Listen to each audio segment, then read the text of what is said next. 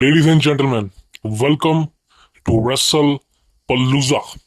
जी हाँ दोस्तों, शौक मत हुई है, ये इवेंट नहीं है लेकिन प्रिडिक्शन है। कौन जीतने वाला है, कौन हारने वाला है। So welcome to cult of wrestling. अब देखिए, आज स्मैकडाउन के एपिसोड में देखा ही होगा आपने जिस तरह से लेसनर ने डिस्ट्रक्शन मचाया अगेंस्ट जॉन सीना। बट यहाँ पे जॉन सीना नहीं था, यहाँ पे बलि का बकरा बना कोरी ग्रेव्स। अब मुझे नहीं पता भाई कोरी ग्रेव्स पर अटैक क्यों किया गया। कोरी ग्रेव्स एक कमेंटेटर है और उसका लेजनर से कोई लेना देना नहीं है। बट हाँ, माइकल कोल पर अटैक होने वाला था जिस वजह से कोरी ग्रेव्स ने उसको बचाया एंड देन फिर लेजनर कोरी ग्रेव्स पर चढ़ गया और माइकल कोल बच गया। अब देखिए, शुरुआत अच्छी थी, शो की अच्छी थी, बट यहाँ पे सब कुछ क्यों किया गया है। द रीजन इज कि Brock Lesnar versus John Cena ये बिल्ड होने लगा है। करीबन 2 महीने हो चुके हैं जब से समर स्लैम हुई है, तब से ये बिल्ड हो रहा है, लेकिन उतना अच्छा बिल्ड नहीं हो पाया। आपने देखा ही होगा बिकॉज सीना लेसनर का जब भी फेसअप हुआ 1 या 2 बार लेसनर ने F5 मारी एंड देन कट आउट। कोई सेगमेंट फेस टू फेस नहीं हुआ। समझ सकते हो, दोनों ने हाइप बनाई है अकेले ही अकेले। लेसनर आया है, पिछली बार आर्ट्रूथ के एफ मारी थी, इस बार देखा जाए तो भाई कोरी ग्रेस पर मारी है। अब बच्चों को मारना चलो एक हिसाब से हाइप तो नहीं बनाता, लेकिन हाँ ये कह सकता है कि लेसनर गुस्से में है। बिकॉज ये सारी चीजें क्यों हुई है मैं आपको बताऊं। लास्ट वीक लेसनर की पैंट फट गई थी, वो एक जोक था जिसको लेसनर ने अच्छी तरह से निभाया, लेकिन इस बार सीरियस दिखाना था। बिकॉज आपको पता है लेसनर एक हील है, वो फेस नहीं है। लेसनर हील करेक्टर प्ले कर रहा है, लेकिन लास्ट वीक ब्रॉक लेसनर ने करेक्टर को तोड़ा था। वो तोड़ना जरूरी था बिकॉज लेसनर पे लोग हंसते नहीं तो, और लेसनर ने खुद ही अपने ऊपर हंस के उस जोक को खत्म कर दिया। एंड समझ सकते हो ये अच्छी बात है, लेकिन लेसनर का वो हील टर्न, वो हील करेक्टर दिखाना जरूरी था, तो आज वो हमको देखने को मिला। अब इनके मैच में क्या होने वाला है रसल पलूजा के अंदर। अब देखिए दोस्तों यार, इस मैच के सीधे से शब्दों में एक चीज बताता हूँ। ये वही मैच होगा जो 2014 की समर स्लैम में हुआ था, आपको याद होगा।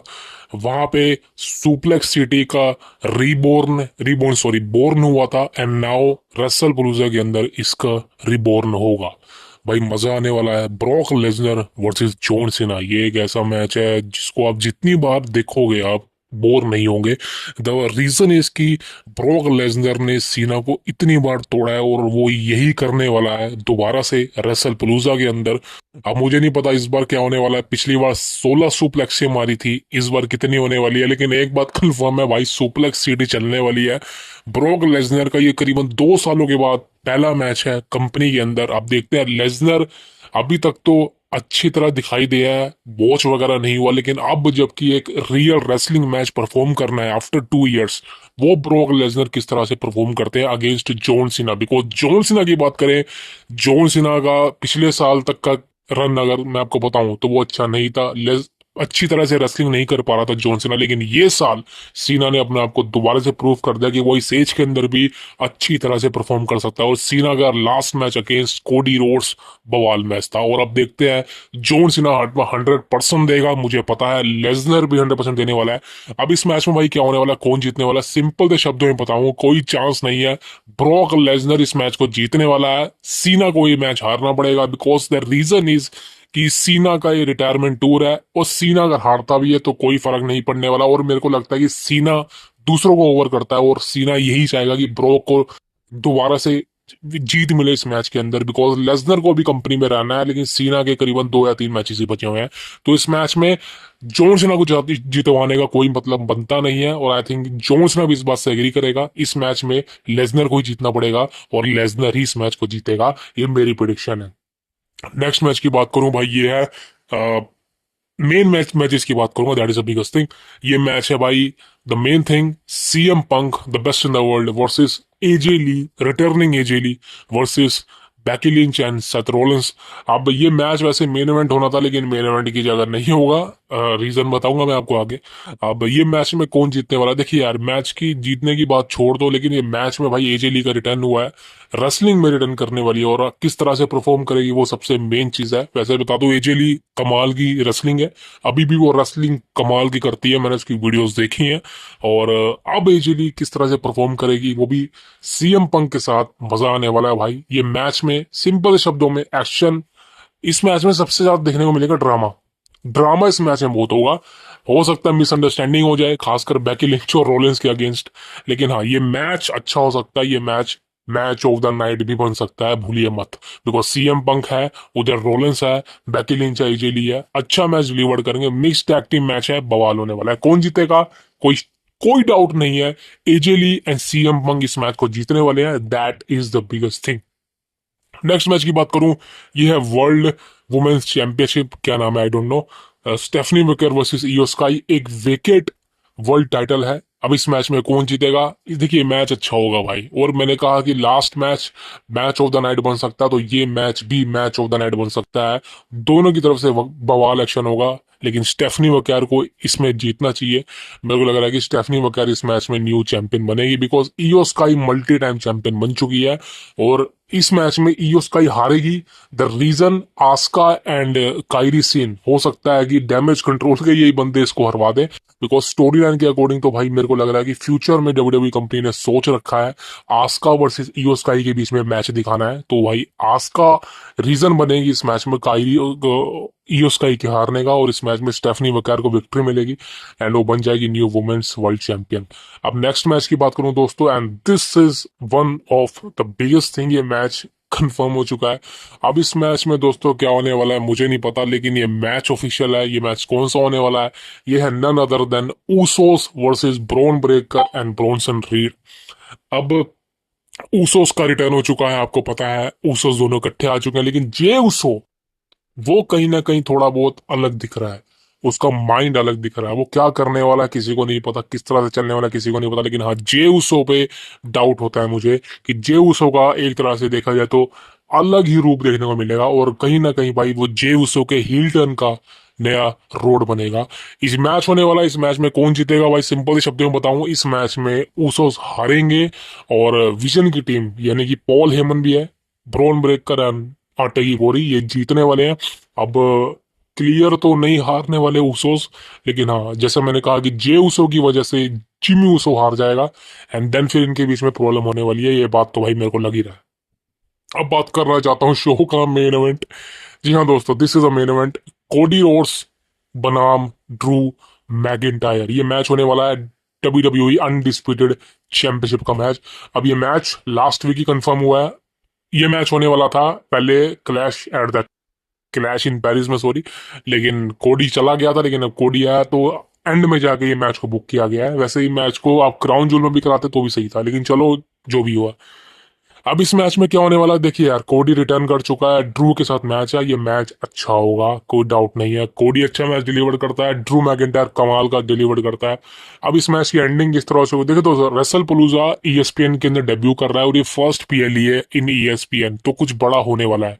अब सारी उम्मीदें इसी मैच पे डिपेंड है, बिकॉज जैसा कहा कि जो मेन इवेंट करता है उसी पे प्रेशर होता है, और ये मैच को अगर मेन इवेंट में डालना है, द रीजन इज कि इस मैच में कुछ ना कुछ होने वाला है। हो सकता है कोडी रोड्स टाइटल ड्रॉप कर दे, ड्रू मैकिंटायर न्यू चैंपियन बन जाए, हो सकता है, या फिर कुछ और भी हो सकता है। वो क्या होने वाला, दो चीजें बताने वाला हूँ जो इस मैच के एंडिंग में हो सकती है, जो रसल पुरूजा को अच्छा बना सकती है, बिकॉज टिकट सेलिंग अच्छी नहीं हुई है इनकी, सोल्ड आउट शो नहीं है, और रसल पलूजा एक नेम जो है ये भी अच्छा नहीं है, तो बैकलैश मिला है। लेकिन हो सकता है भाई ये मैच की एंडिंग से रसल पलूजा एक बड़ा इवेंट बन जाए, प्रूव हो जाए, और ईएसपीएन को फायदा ही मिल जाए। अब सबसे नंबर वन की बात, जैसे मैंने कहा कि ये मैच में दो बड़ी चीजें हो सकती हैं। कोडी का टाइटल हारना उसको मैं रखूंगा नहीं, बिकॉज मेरे को नहीं लगता कोडी टाइटल हारेगा, तो वो साइड कर दो। दो पॉइंट बता रहा हूँ, number one, number two sorry number two से कर शुरू करूंगा। नंबर टू भाई, द रेंडी ओटन, जी हाँ दोस्तों, द वाइपर रेंडी ओटन इस मैच में इंटरफेरेंस करेगा, जिस वजह से कोडी रोड्स और ड्रू मैकिंटायर के बीच में जो मैच चल रहा होगा, हो सकता है ये मैच में कोई रिजल्ट ना आए, और इस मैच की एंडिंग होगी, क्यों होगी, वो इसलिए होगी बिकॉज रेंडी ओटन का हील टर्न हो जाएगा, हमको एपेक्स प्रेडिटर देखने को मिलेगा। जी हाँ दोस्तों, रियल रेंडी ओटन इज बैक। अब लास्ट वीक स्मैकडाउन में देखा ही है जिस तरह से भाई रेंडी ओटन इस मैच को हारा था, वो कहीं ना कहीं रेंडी ओटन के दिमाग में चल रहा है कि भाई तुझे हील बन जाना चाहिए, बिकॉज हील बनेगा तभी तू आगे बढ़ेगा, तभी तू जीतेगा मैचेस को। लेकिन अगर तू फेस बना रहेगा तो वो मैचेस हारेगा। तू ये सोचता रहेगा कि मैं पंट किक मारू ना मारू तो बहुत जीत नहीं पाएगा, तो ओटन कंफ्यूज है। यही चीजें इशारा करने वाली है ओटन के हील टर्न का। तो ये रसल पुलूजा में ओटन का हील टर्न फाइनली आपको देखने को मिलने वाला, बिकॉज जैसा मैंने कहा कि फाइनली ओटन का हील टर्न करवा देना चाहिए था एक साल पहले ही, लेकिन इन्होंने रोक के रखा। ओटन जब से आया है ना, 2023 की सर्वाइवर सीरीज से ओटन का रिटर्न हुआ है, अभी तक रेंडी ओटन मैचेस हार रहा है। एक पीएलई का मैच नहीं है जो ओटन ने सिंगल जीता हो। कोई मैच नहीं जीता, सारे मैचेस ओटन हारा है। एक मैच का नाम बता दो जो रेंडी ओटन ने जीता हो सिंगल। कोई मैच नहीं है, सारे मैचेस हारा है वो, सारे के सारे। लेकिन अब फाइनली जब ओटन का हील टर्न होगा तो स्टोरी चलने वाली है कोडी वर्सेस ओटन की। भाई कमाल, क्या क्लियर कर देता हूँ भाई, ये मैच होगा। और अब जबकि ये मैच होगा तो कंफर्म है कि रेंडी ओटन कोडी को हराने वाला है और बनने वाला new champion. Because Orton champion बनेगा, ये कंफर्म बोल देता हूँ। अब देखते हैं भाई ऐसा होता है या नहीं। बट सेकंड पॉइंट यही है कि रेंडी ओटन का रिटर्न होगा और यहाँ पे एक हील टर्न फाइनली आपको देखने को मिलने वाला है। तो वाइपर का द रियल लेजेंड किलर। इसके बाद दोस्तों द बिगेस्ट थिंग इसकी बात करूंगा, सबसे बड़ा शौक रसल पलूजा के अंदर अगर देना है तो ये जरूरी है। वैसे तो बता दो ये चीजें काफी लंबे समय के बाद होने वाली है, आई थिंक रॉयल रंबल में।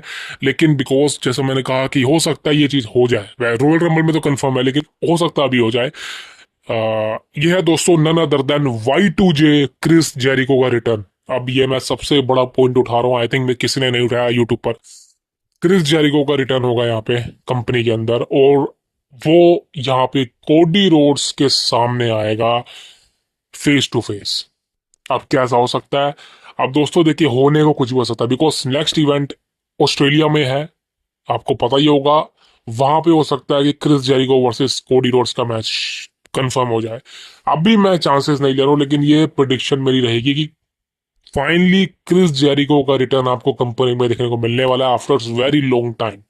करीबन 8 सालों के बाद क्रिस जेरिको फाइनली आपको देखने को मिलने वाला कंपनी के अंदर। ऐसा हो सकता है भाई, कुछ भी हो सकता है। ईएसपीएन है, क्रिस जेरिको को पैसा देने के लिए तैयार होगी। सबसे बड़ा इवेंट बन सकता है ईएसपीएन का रसल पलूजा अगर क्रिस जेरिको का रिटर्न हो जाए कंपनी में।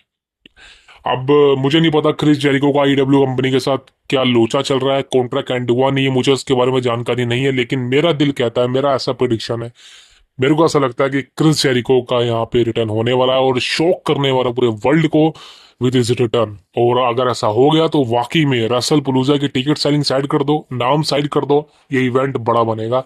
ये मैं कह सकता हूँ आपको। अब दोस्तों ये तमाम मेरी रसल पलूजा के प्रोडिक्शन थी। आई होप आपको वीडियो पसंद आई होगी। अब देखते हैं भाई ऐसा होता है या नहीं, बट आई थिंक ये जरूरी था। सो प्लीज सब्सक्राइब इट अगर मन करे तो। See you tomorrow, thank you very much.